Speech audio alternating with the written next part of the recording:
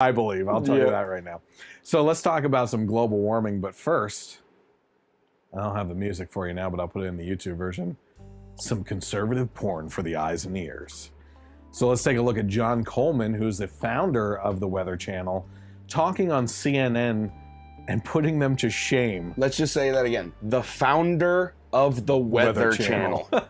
So take a look at what he had to say about global warming. I resent you calling me a denier.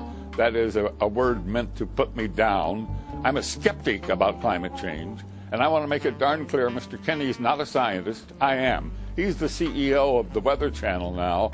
I was the founder of the Weather Channel, not the co-founder. And I'm glad you did, because I am addicted to the Weather Channel. I watch a lot of cable news. Now, hold on just a minute. I'm not done. And CNN has taken a very strong position on global warming that it is a consensus. Well, there is no consensus in science. Science isn't a vote. Science is about facts. And if you get down to the hard, cold facts, there's no question about it. Climate change is not happening. There is no significant man-made global warming now. There hasn't been any in the past, and there's no reason to expect any in the future. There's a whole lot of baloney, and yes, it has become a big political point of the Democratic Party and part of their platform, and I regret it's become political instead of scientific, but the science is on my side. I don't think we're going to come to a conclusion about the topic right here. What I do wonder, though, is when you see because you wouldn't allow it to happen on CNN. But I'm happy that I got on the air and got a chance to talk to your viewers. Hello, everybody. There is no global warming. What I do wonder is when you see the government, when you see NASA, when you see other institutions say that 97% of climate scientists agree, do you think they're making it up? What I don't understand is how you square that. That's a manipulated figure, and let me explain it to you. The government puts out about $2.5 billion directly for climate research every year. It only gives that money to scientists who will produce scientific results that support the global warming hypothesis of the Democrat Party or position. So they don't have any choice. If you're going to get the money, you've got to support their position. Therefore, 97% of the scientific reports published support global warming. Why? Because those are the ones the government pays for, and that's where the money is. It's real simple, but that doesn't mean it's right. That doesn't make it true. That only makes it bought and paid for. The money goes in circles. I'm not a scientist, so I'm not going to try to refute you on the facts. That's the truth. I'll simply say that the vast majority... Please stand back from this issue and let the two sides be on the air. There are 31,000 scientists who have signed a petition that says it is not valid, that my position is correct. And we'll keep battling, and we will prevail in time. I have a new hero. Yes. Yeah. That was amazing. That was, oh man, someone saying the stuff we've always wanted to say to these news networks. He's come out before and said stuff. Yeah. Oh wow. But that's fantastic. That's the first time I've seen him. Let's just say again, the founder of the Weather Channel, not an engineer who calls himself a scientist. Yeah. Yeah. Right. I mean, we're just throwing that out there. Talking about a guy whose name starts with B and ends with Illni. Yes. I mean, yes. Yeah. But who was it? Was it a celeb? There was someone else recently. Oh, the Stevie Wonder thing. And if anyone thinks that global warming is not. Yeah, thank you for letting us all come together. Are you starting to go like this? Oh man, if Stevie Wonder could see you now. Oh dang. Shots fired. But let us all come together and love each other and love one another. Oh, and by the way, if you don't think that global warming is real, damn you to hell. You must be blind or unintelligent. Yeah, that's exactly what he said. Right. Yep. Mm-hmm. But that guy seemed pretty intelligent to me. John Coleman of the Weather Channel, baby. You got to warn us before this stuff. Turn the lights down low. Yeah. Turn on some smooth music.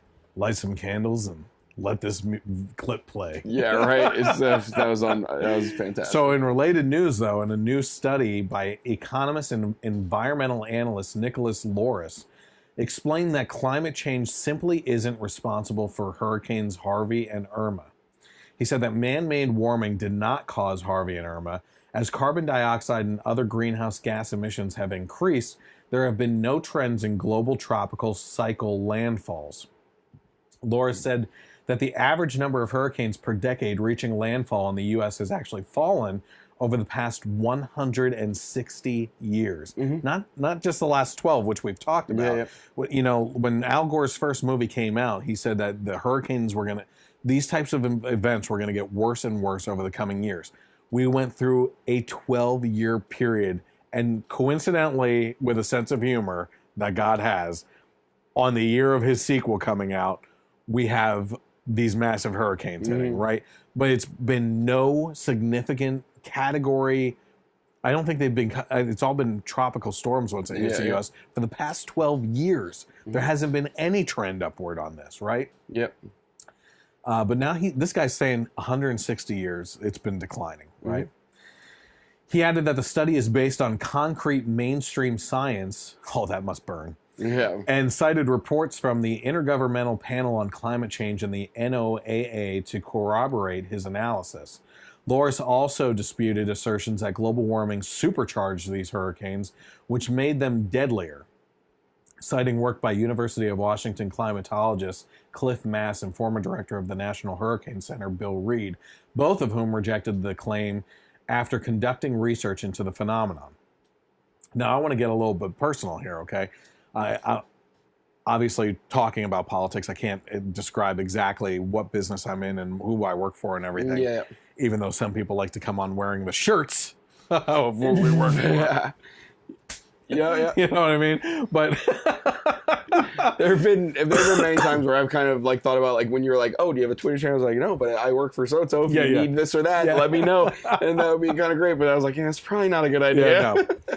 But here's the thing. I can tell you what I do, okay? And what I do is I go and I inspect homes for hail and wind damage from storms, big storms, right? And I got into it this year because of Brant, who's been on the podcast, was actually on last week and everything.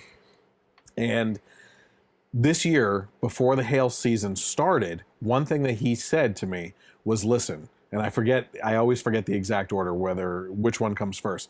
But he said, when an El Nino follows a La Nina, or the opposite way around, we know that the hail season is going to be rough because the weather acts really strange because of the ocean temperatures and everything that causes these phenomena, right?